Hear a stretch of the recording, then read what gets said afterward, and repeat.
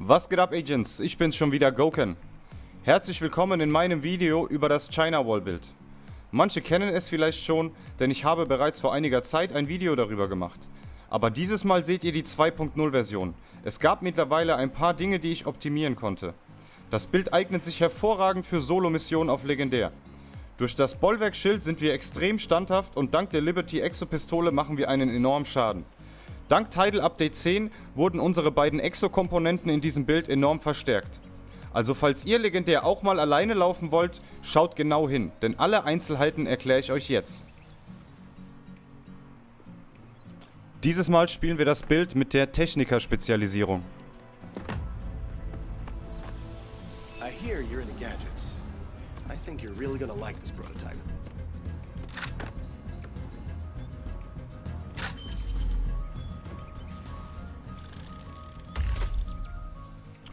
Schauen wir uns mal an, welche wichtigen Vorteile uns der Techniker bietet.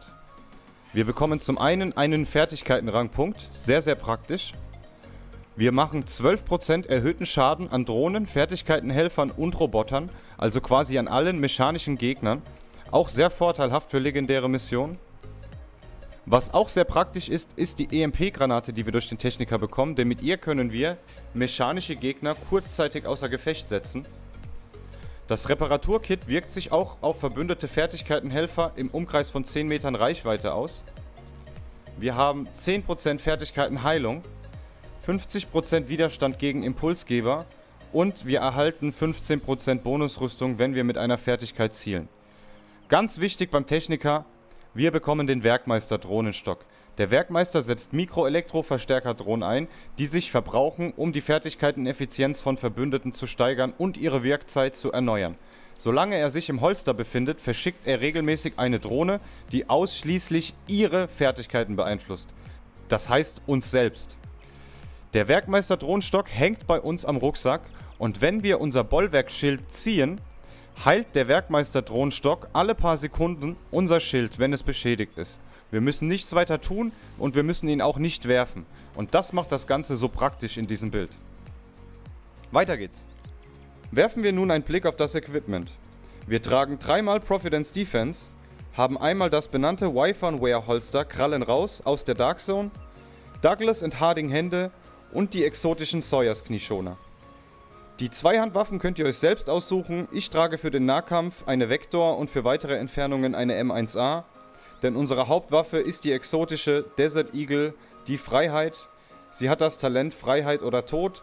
Treffer gewähren plus 2% Waffenschaden. Es sind bis zu 30 Stapel möglich. Kopfschüsse verbrauchen alle Stapel und reparieren ihr Schild um 3% pro Stapel. Das heißt, bei vollem Stack reparieren wir unser Schild um 90%. Deshalb empfehle ich es auch, hauptsächlich Bodyshots zu machen in brenzlichen Situationen. Dann können wir unser Schild regenerieren, falls es fast kaputt geschossen ist.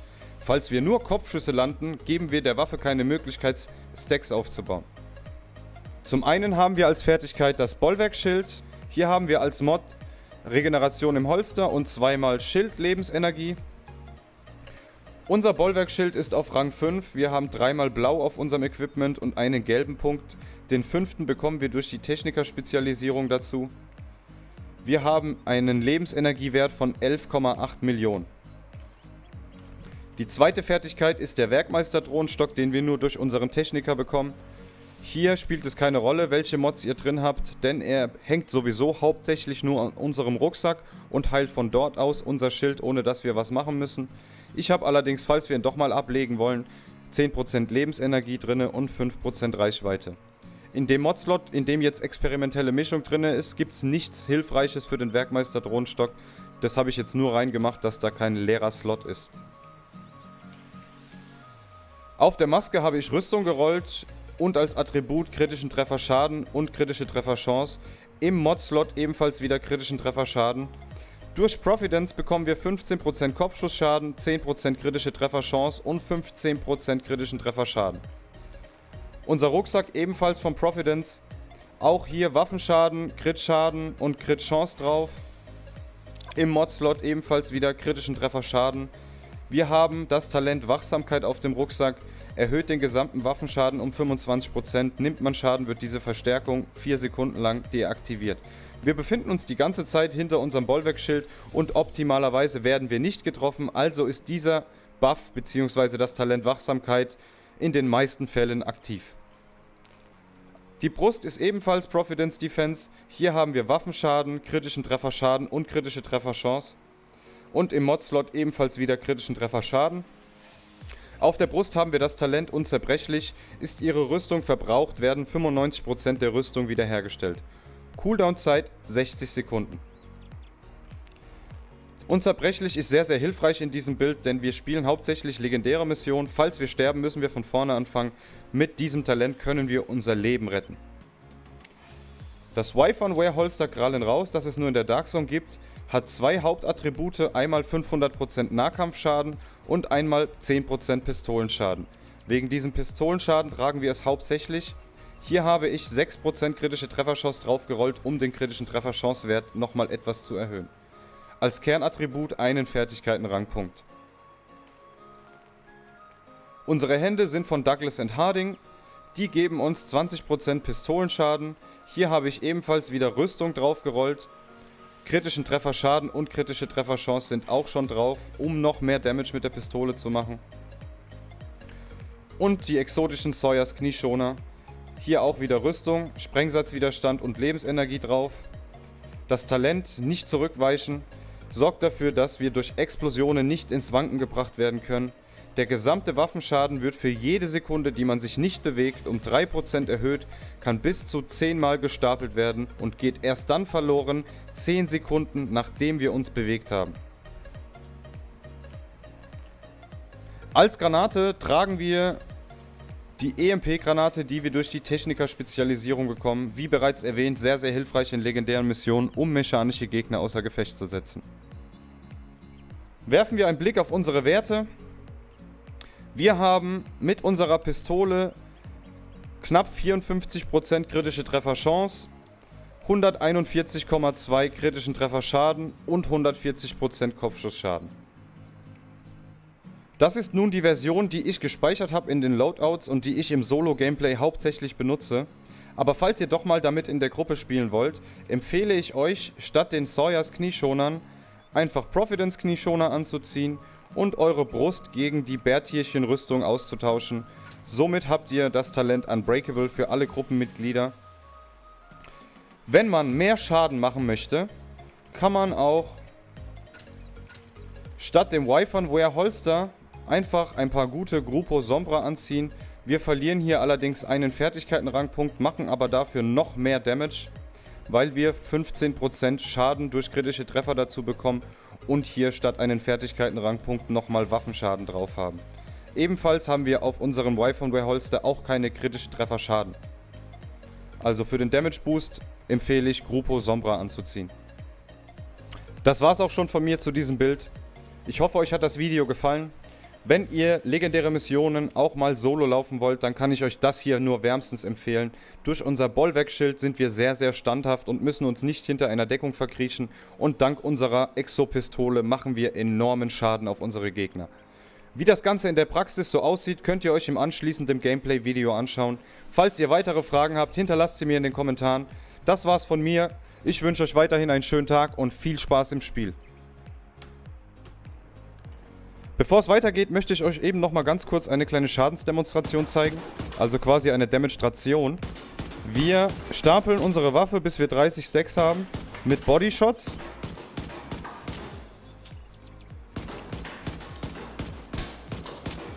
Jetzt haben wir auf unserer Waffe pro Stapel 2% Waffenschaden, also insgesamt 60% Waffenschaden. Unsere Sawyers Knieschoner sind bereits auch voll gestackt. Die geben uns nochmal 30% Waffenschaden zusätzlich dazu. Wir machen kritische Körpertreffer in Höhe von 2.648.000.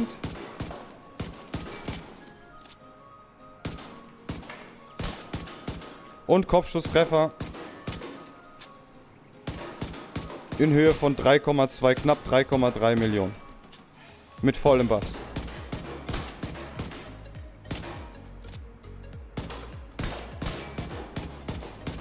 Also ihr seht, dafür, dass wir nur 2-mal Waffenschaden auf unserem Equipment gerollt haben, ist der Schaden hier mit der Pistole enorm. Viel Spaß im Gameplay, jetzt geht's auf in den Einsatz.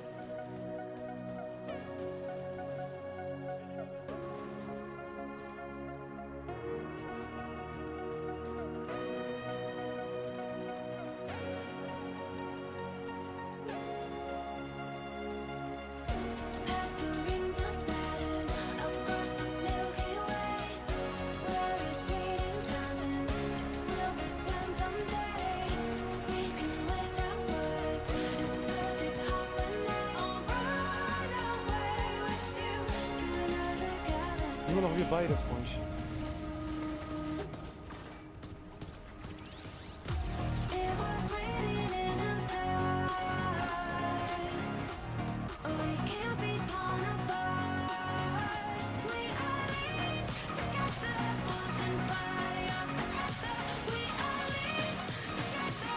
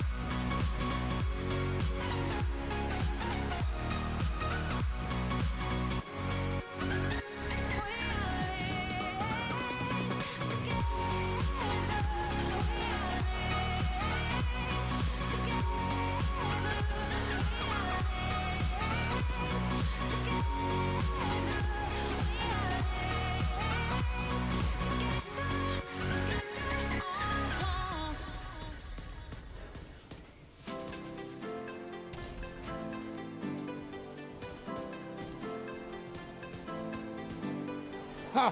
Bevor er seine Special Ammo reingemacht hat, habe ich ihm gegeben.